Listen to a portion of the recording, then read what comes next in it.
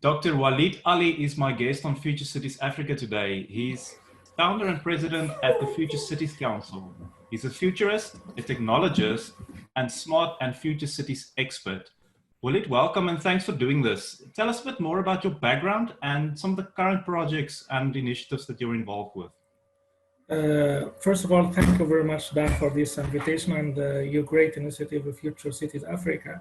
So basically, since more than 10 years now, I'm working in the field of future city and smart cities. It's not only about technology, it's about also citizen and happiness. We established Future City Council in Canada to gather all the quadruple helix people and organizations to focus on the challenges of cities and technologies which are used to solve these challenges. So we are working basically from training and education perspective. We are not developing smart city, we are not implementing smart city, we are advising mayor and government about smart cities, and then we train them, we develop strategic planning for future city, we develop upgrading of normal city to smart cities. So we are doing advising, strategic planning, and road mapping, etc., and especially education and training. So basically, this is what we are doing. We're finding ourselves in a very interesting time in history with both of us having this discussion from our homes, which is quite exciting, but also very different. What trends and opportunities are you currently seeing emerging for especially African cities out of this pandemic? Actually, this pandemic, it has an advantage, which is it accelerated basically the digital transformation of cities. Before what it takes 4 to 5 years to implement, now we are in rush. And since we don't have a vaccine of the pandemic, we turn to technology. We've seen a lot of success story about South Korea, China, how they are beating COVID with technology, with drone, with artificial intelligence, with facial recognition, etc., etc. So COVID is a great opportunity for cities to accelerate the upgrade, to move from normal city, to a smart city.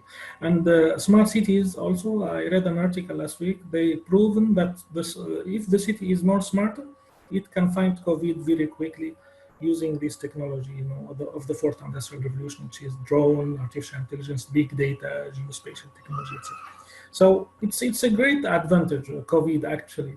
And now what we are doing, basically, we are smart. We are doing all our event online. We are using technology.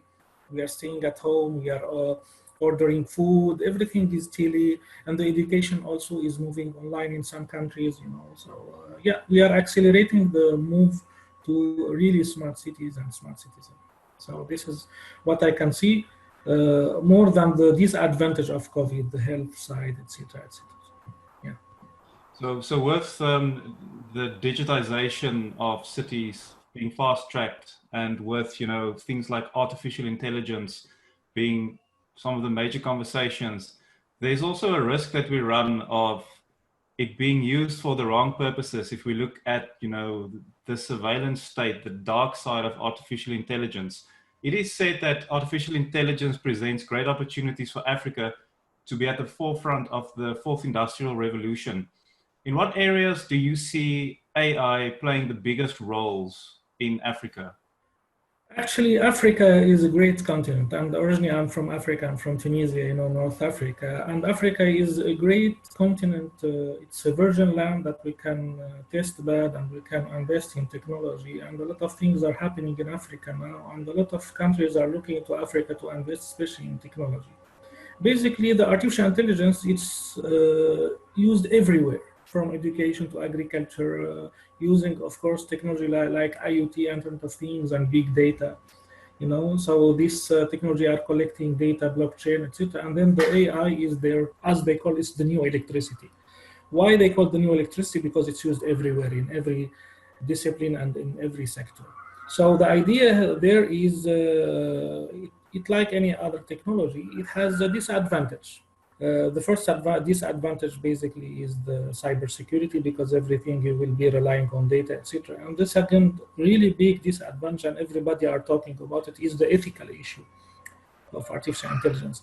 because many companies and many countries, and they found that a lot of biases in artificial intelligence cases. And the third disadvantage, basically what they call the big brother, where the city is putting facial recognition everywhere and cameras, CCTV, and people. And this is the case of China, actually. People say we are spied, but the facial recognition has a great advantage. But the most disadvantage of facial recognition as one technology of artificial intelligence is the spying. The governments are spying us because they are watching you everywhere. So this technology also is moving to Africa. Africa, I'm following a lot of events in Africa related to AI Smart Summit, etc., etc. And this technology is getting into Africa, especially I think South Africa and North Africa. And every country, it's a race actually. You want to take advantage of the artificial intelligence, and many governments are developing some AI national strategies, like Kenya, South Africa, Rwanda, etc. They are developing national strategy because it's a national priority. So AI and many technology of the fourth industrial revolution are getting into Africa and are getting so fast. And this has advantage and disadvantage again, because we have to go slowly with this technology. We have to study it very well, and we have to apply it with cautions. Everybody is investing in Africa, and for me, Africa is a great opportunity for any investor in technology because of also the population. Africa is a young continent, a lot of youth, etc., etc. So we have to invest on this mind in terms of innovation and technology. And I think that's with most things in life, is that there's positives and negatives. And Yeah. I think with artificial intelligence, at the end of the day, we hope that the negatives will outweigh the positives. Yeah, if we do it with the caution, positives will outweigh the negatives. Yeah. But for that reason, we have to, like the car, for example, the car has a great advantage, but we can make an accident. So we have to drive the car carefully, and we have to comply with the rules, and so it's exactly the same thing. We have to apply AI. We don't have choice. AI is the new electricity, but we have to apply it carefully, without bias. We have to apply it ethically. We call that the responsible AI. We have to apply it responsibly. So Africa, because I'm following all the trends globally, but when I focus on Africa, I think it's a great opportunity. And I tried to, I opened my AI company 4 months ago in Tunisia to take advantage of this. It's called domain.ai, because it's the new electricity, and I want to enter Africa. I didn't open it in Dubai or in Oman. I opened it in Tunisia because I think Tunisia is the north gate to Africa, like South Africa is the south gate to Africa. So it's an opportunity for everybody, and for all the investors and for all the innovators to focus on AI as the ultimate technology. AI is the iceberg of technology, because all the other technology are collecting data. AI is the tip. So where it analyzes the data, predict what will happen, etc., etc. So I think it's a great opportunity, and African countries, that they can take advantage of this. When I look to the global map of AI, unfortunately, we don't see a lot of national strategies for AI, except in Kenya. Kenya, I think 2 years back, they have developed national strategies. But all other countries are developing AI solution without a compass, without national strategy, without a map, without a vision. Unfortunately, this is the reality. So I think countries and cities, because we work also how to apply AI to cities. I think cities also, they must have their AI strategy on a city level and also organizational level. So AI is the backbone of smart cities and future cities. And the future of cities will rely on responsible AI and ethical AI. Talking about smart cities, I know that Dubai is investing an incredible amount of money and resources into developing a smart city. What are some of the major challenges that African cities need to overcome to be on that level that Dubai is currently implementing? Actually, smart cities, this is the problem of smart cities, are very expensive. So when it comes to idea, when it comes to technologies, You know, Africa is the best place to invest in minds and ideas because I said there are great minds there, they are innovators. But also, Dubai has a lot of money and they invest a long time and they had a strategy. They have a strategy before investing. So, and this is the main challenge when I travel to African countries, etc. The main challenge is okay. Well, we hope, we aspire to have smart cities in Africa, but from where we get the fund, from where we get the money. This is a global problem, not only for Africa.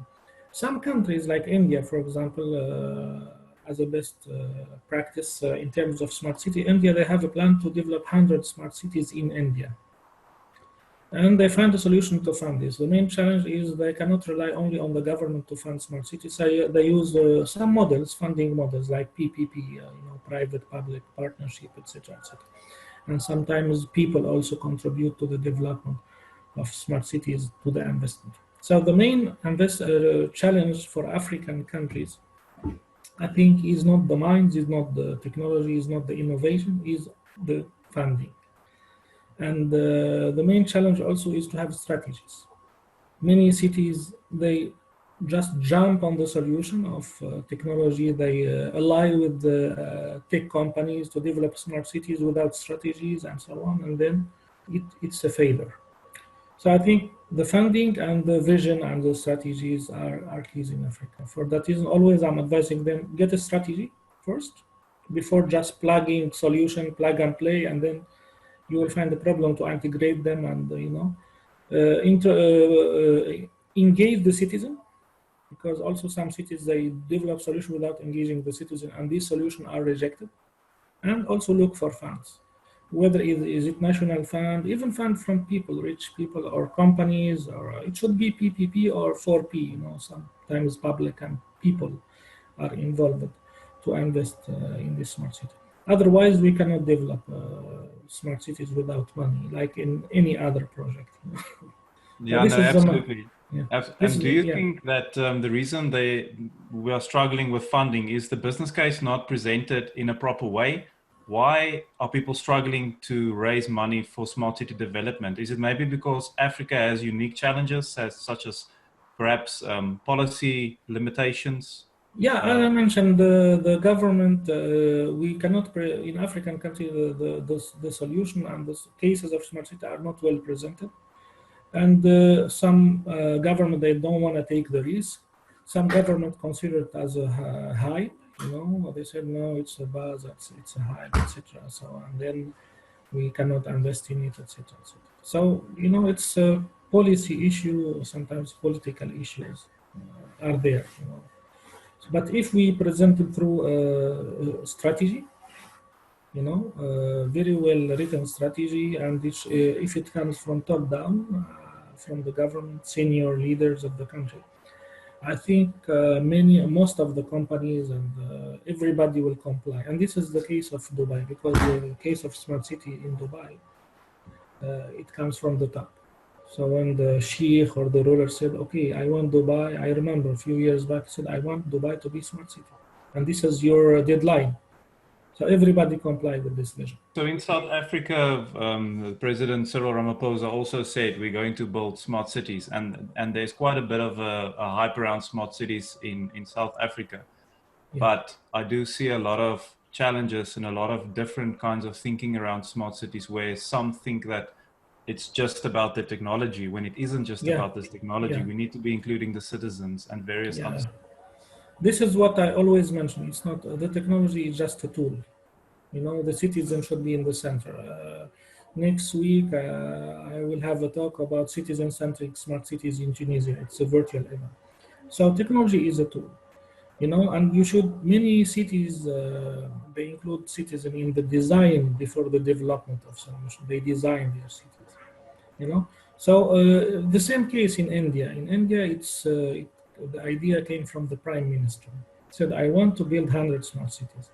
The government will support the cities, the mayor, and the city mayors, they have to find innovative way to fund their project.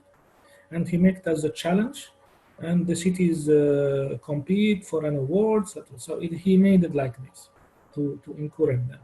And the cities, they include their citizen, their mind, citizen mind, their ideas, and we have a lot of urban innovation, hackathon, etc., to come up with ideas to develop smart city solution, and the citizens are really engaged and empowered.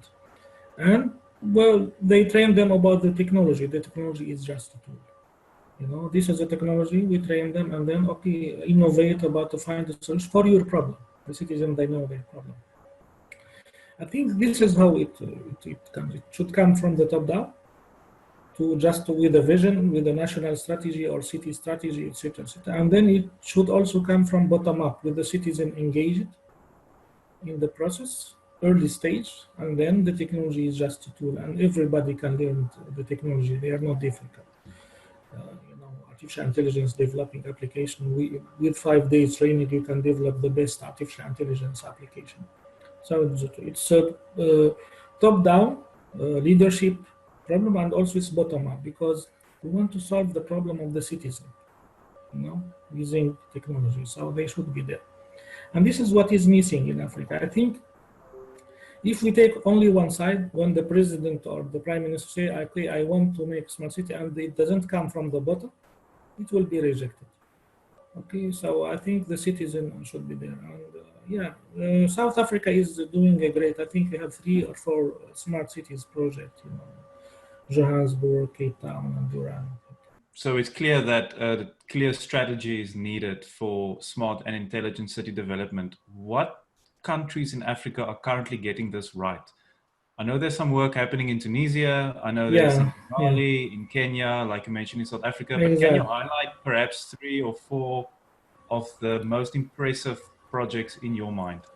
I think the best cities or countries we are on the right track now are the cities and countries that have developed strategies first. So in Tunisia, for example, and Morocco, I worked in the development of national strategies for smart cities. And then this is the objective. I will show them the objectives, the goals, etc. And then we give the implementation to the organization or to the government and even to the people. And it's a national strategy because it's for many smart cities across the country. And I'm going to do this also for Algeria and Morocco. Also in Rwanda, in Kenya, they have strategies. In Kenya, as I mentioned, they have a national AI strategy, artificial intelligence. Of course, it includes the development of smart cities. The national strategy of smart cities under the national AI, artificial intelligence strategy. So I think the countries who are doing very well are the countries who start from strategy. They don't just jump on the technology to make quick application which will fail on the midterm or the long term. So we should always start with strategy. We carefully select or choose our technology, the people, and this is what we call the ecosystem. From strategy, we develop the full ecosystem, and then this ecosystem will work hands in hand, not in silos, to develop to implement the strategy, whether it is a national or city strategy or even organizational strategy. And this is the heart of my work. I'm working on developing a smart strategy for national, for countries, for cities, and also for organization. Most importantly, then after the strategy comes the implementation. Of course, Are of course. are we struggling with implementation? Are there some barriers that's Yeah, making implementation difficult? as I told you, except the funding, also if people work in silos, organization work in silos without common vision, they will not do anything. So after the strategy, we gather the ecosystem. What I mean by ecosystem, we gather people, organization, investor, etc., etc. Tell them this is our strategy, and this implementation is in your hands. You cannot work silos, because in Tunisia, for example, we have a lot of organizations. They develop solution in silos, and this is cause a waste of time and waste of money. Sometimes you find 2 solutions or 2 events are similar, waste of resources and waste of time. And sometimes they don't solve the real problem, because in the strategy we define the priority of problems of the city. Sometimes they develop a solution for fun because they have this technology, they want to apply it without knowing the problem. And always I tell them, you bring us a problem, and then you look for you bring a solution, and then you look for a problem. You see, we should do it. You bring a problem, and then you look for a solution. So as I mentioned, the strategy, the ecosystem for implementation. And then within the ecosystem, we have funding organization. So in the full ecosystem, people work together, innovator, academician, government, private sector, fundraiser, bank, etc., to implement one strategy. Because if we don't have this strategy, everybody will work in silos without a vision, without a goal, and a lot of resources are wasted, and we cannot reach the vision and the goal. And I think many countries in Africa are doing well since they started with the strategy. Many cities also are doing well since they started with strategies, and they developed the ecosystem, which include the citizen inside. Walid, imagine that you have a time machine and you jump into your time machine and you are 20 years from today. What picture do you see for African cities? What are the new technologies? What are the new jobs? Will we still be working? Do you think we will all be on Mars? Yeah. What hopes do you have? What? If this is my role as a futurist, is to jump to the future 20 years ahead and to make a vision of what's can come. It's not foresight. It's not a forecast. It's a foresight based on the trends that we have now, based on the weak signals. We can just project what we can have. What I can see in 20 years in African countries, I can see great opportunities in terms of artificial intelligence implementation. I can see autonomous driving cars. I can see drones. I can see vertical farming. I can see young people, a good percentage of startups in IT. I can see some cities in Africa like New York, in terms of urbanization. I can see a lot of innovation labs. I can see a lot of potential because the Africa has a great wealth, which has the talents, the young people, and countries like Europe and America, they don't have this. They want to attract these people to them. Maybe America and Europe, they have the technology, but they don't have the talent. They don't have the motivation of young people. Africa has this. I think if we, in 20 years, if we go with the right track, with the right strategy, with the right, and then if we implement it very well, we can achieve we can be a great continent. Africa is a rich country, and we can be like America, we can be like even better. If we if we develop the right strategy and if we implement it right.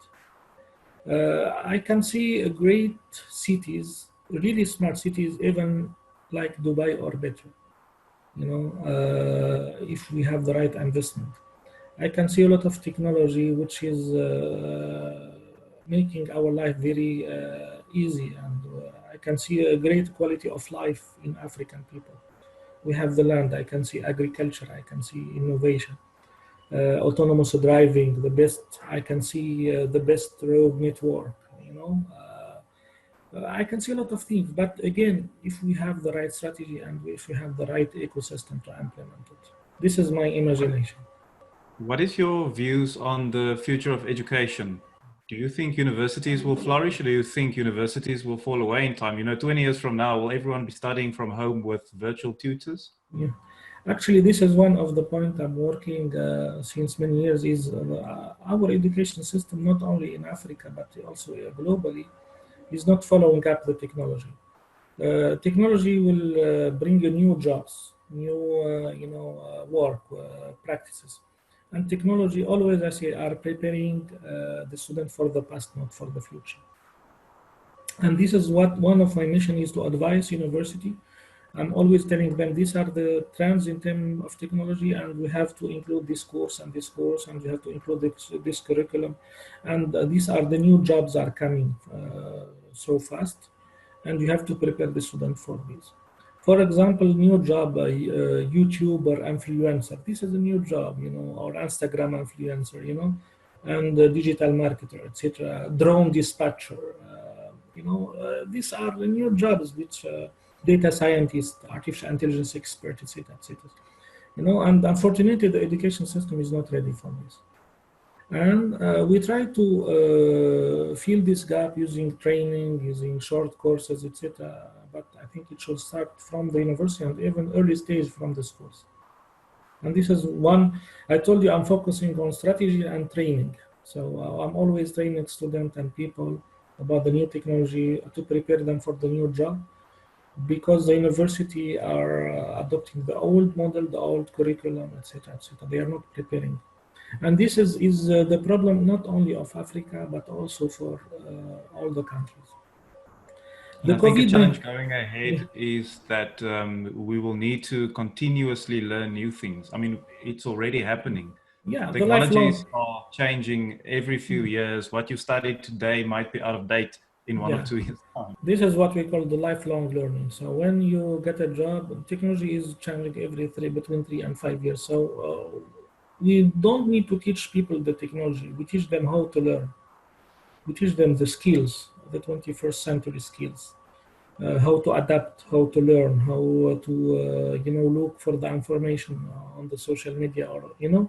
So I think the skills are very important, the competency. For that reason, the degree of the university is obsolete now. So they look at your skill, they look at your competency, and you cannot get this at the university, unfortunately, with the current curriculum. You have to get it outside. We have MOOCs, we have online free knowledge, etc., etc. So we have to self reskill yourself to adapt to the new jobs, etc.